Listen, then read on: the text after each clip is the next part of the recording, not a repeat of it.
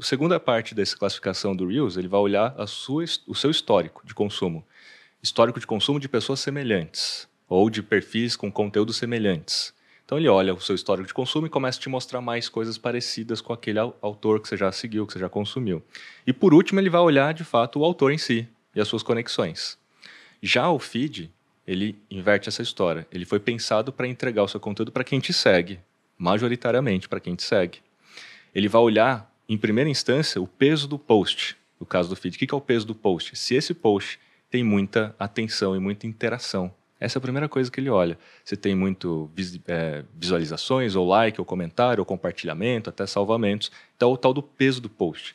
Em segundo lugar, ele já vai olhar para o autor e as suas conexões, para ver se você já tem uma conexão, uma afinidade com esse autor, por isso que ele foi pensado para entregar para quem segue. Então, ele já coloca como ordem de prioridade o autor lá em cima, sendo que o Reels coloca olhar o autor lá embaixo, como a última parte da equação da variável.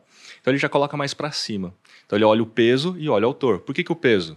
Ele vai entregar para você me segue, você segue o Bruno, ele só vai entregar os nossos conteúdos se aquele conteúdo tem uma certa relevância, então tem um certo peso, e você tem uma proximidade por seguir a gente. Tá? Então, ele vai te entregar.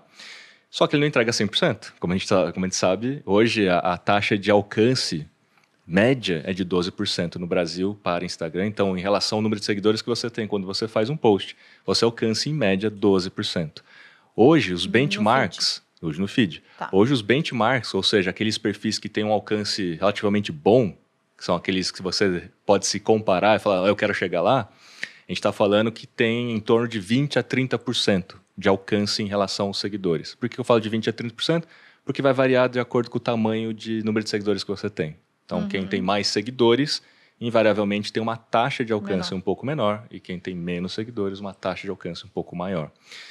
E aí a gente vai para o Stories. O Stories é muito parecido com a ideia do feed, só que ele faz um filtro ainda maior. Então, ele foi pensado para entregar o seu conteúdo para quem te segue, mas quem é mais próximo dentre os seus seguidores. Essa proximidade, ela é determinada de acordo com a afinidade. A afinidade é uma das melhores variáveis que o Instagram tem, que ele diz o seguinte: eu sigo o Bruno, acabei de seguir o Bruno, não segui o Bruno, acabei de seguir o Bruno. O que acontece?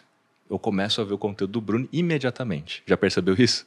Quando você segue alguém, aparece o conteúdo desse alguém imediatamente. E aí, inclusive, fica a dica para o pessoal que segue alguém, você tem que ir curtindo os conteúdos, senão o Instagram fala, seguiu, mas não queria tanto. Aí nunca mais te mostra. Que é a afinidade. Esse é o ponto da afinidade, porque você, apesar de ter seguido, quando apareceu o conteúdo da pessoa que você seguiu para você não tomou nenhuma ação, então a sua afinidade começa a cair.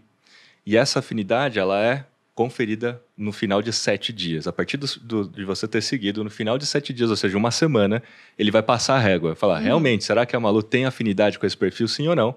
E aí, se essa sua afinidade for abaixo de uma média, vamos colocar numa média simples aqui para a turma entender, de 0 a 10, abaixo de 7, é bem improvável que o post continue aparecendo para você depois de 7 dias, apesar de você ter seguido.